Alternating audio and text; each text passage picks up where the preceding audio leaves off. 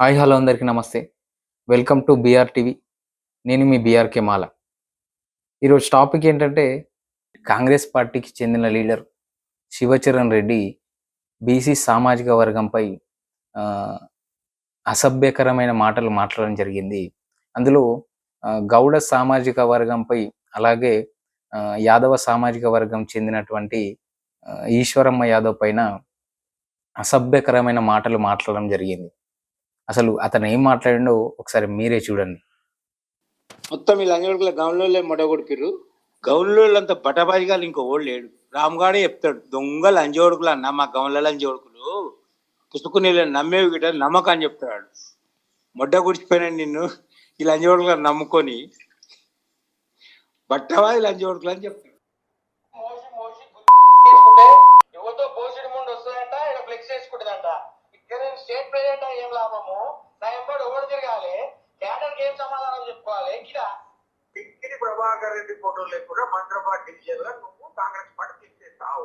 ఈ మంత్రాబాద్ లో రక్తం ప్రాణం జీవితం పెట్టాం. నువ్వు ఎలా అధికారం ఉంటే అలా జిల్లా వస్తా అంటే పోయి పోయి ఏదైనా చెప్పుకో, మాకు సంబంధం లేదు. మర్యాద చెప్పుకున్నావా? పిసిసి ప్రెసిడెంట్ చెప్పుకో.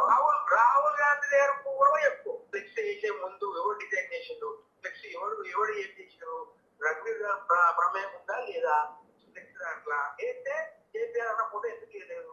మళ్ళా ఫ్లెక్స్ చేయమను. మా డాడీ ఫోటో లేకపోతే నా అంతలో నేను పోయి వీడియో పెట్టి నేనే చెప్తా. రామరెడ్డి అన్నటువంటి మంత్రాబాద్ లో నువ్వు కావాలి, నీకు కేసీఆర్ అవసరం లేదా? ఎన్ని యాంగిల్లో నవ్వాలో అన్ని యాంగిల్లో పొద్దుపోయిన ఫ్యామిలీ మీద నవ్విపోతారు. నువ్వు పోయి ఫ్లెక్స్ చేసి పెద్ద మంచి ఫోటో వేసుకుంటే చిప్పక ముద్దు పెట్టుకుంటారా అమ్మ అని చెప్పి కింద కొడతారమ్మా. కూడప పార్టీ మానుకుంటా పెద్ద మంచి బొమ్మ వేయకపోతే చిప్పక ముద్దు పెట్టుకుంటారా? నేను చెప్తున్న పోరాడు సురేష్ అనేటోడు రఘువీర్ గారితో మందు అవుతాడు. నువ్వు కాంగ్రెస్ పార్టీలో ఏ నాడన్నా నువ్వు పిల్లలను కనబడ్డావా? మరి యూత్ కాంగ్రెస్ ప్రెసిడెంట్ ఉన్నా, మా ఇంటికి వచ్చినావా నిలబడతా అని. ఇంట్లో యూత్ కాంగ్రెస్ స్టేట్ ప్రెసిడెంట్ కొత్త స్టోరీ. నీకు చిన్న పిల్లలుగా కనబడొచ్చేమో. బయట రాష్ట్రంలో నేను నెంబర్ 3 ముఖ్యమంత్రి పిసిసి. నువ్వు పార్టీకి ఏం సర్వీస్ చేసినావు? నువ్వు ఎవరు? నువ్వు టీడీపీలో ఉన్నప్పుడు మా డాడీ కదా నీకు కనవ తీసుకొచ్చింది. అధికారం కోసం కాంగ్రెస్ బీఆర్ఎస్ లో పోయినావు. నేను అడుగుతున్న కృష్ణ యాదవ్, నీకు సిగ్గు చెరకుంటే మా నాయన నీకు బీట్ చేస్తే నీకు టికెట్ ఇస్తా అన్నాడు కదా. నీకు టికెట్ ఇస్తాన్నాక భోజుడికే నువ్వు అయ్యకుంటావా? పిసిసికి ఎక్కువ, ముఖ్యమంత్రికి ఎక్కువ. నువ్వు నీ మనమాకి రాయకే అనుభవం లేదు.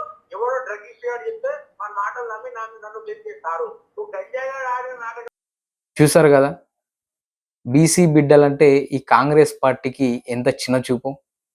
ఇతను ఇంత మాట్లాడినా ఇంకా కాంగ్రెస్ పార్టీ ఎందుకు స్పందిస్తలేదు? అంటే కాంగ్రెస్ పార్టీకి బీసీలు అంటే ఇంత చులకన్నా? మేము బీసీ బిడ్డలను ఎన్ని మాటలన్నా వాళ్ళు పడుంటారు, మేము బీసీ బిడ్డలను ఏం చేసినా నడిచిపోతుంది అని చెప్పేసి ఈ కాంగ్రెస్ పార్టీ అపోహ. కాంగ్రెస్ పార్టీకి తెలియంది ఏంటంటే ఇప్పటికే బీసీలలో చాలా చైతన్యం వచ్చింది.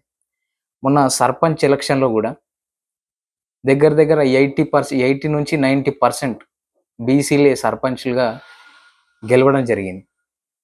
అంటే దీన్ని బట్టి కాంగ్రెస్ పార్టీ అర్థం చేసుకోవాల్సింది ఏంటంటే బీసీలలో చైతన్యం వచ్చింది, ఇంకా మేము బీసీలని తొక్కుతాం, ఇంకా మేము బీసీలని అణిచివేస్తామంటే సాగవు.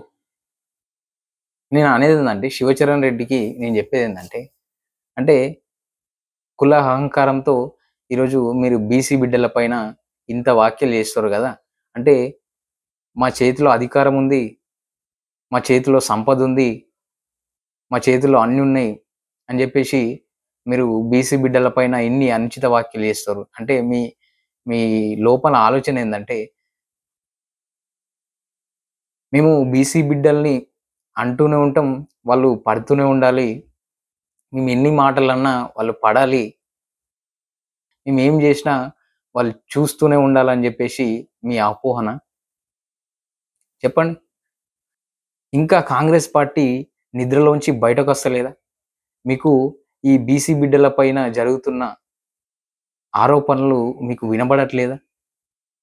ఎంత పెద్ద మాటలు మాట్లాడాడు. ఇదే గతంలో తీన్మార్ మల్లన్న బీసీలకు అన్యాయం జరుగుతుందని చెప్పేసి ఆయన ప్రశ్నిస్తే ఆయనను మీరు కాంగ్రెస్ పార్టీలో నుంచి తీసివేసిరు కదా. మరి ఇంకా మీరు ఈ శివచరణ్ రెడ్డిని ఇంకా మీరు ఎందుకు సస్పెండ్ చేస్తలేరు? బీసీలకు ఇచ్చే స్థానం కాంగ్రెస్ పార్టీ ఇదేనా? అంటే బీసీలు ఏం చేయలేరు అని చెప్పేసి మీరు అనుకుంటూ ఉన్నారా?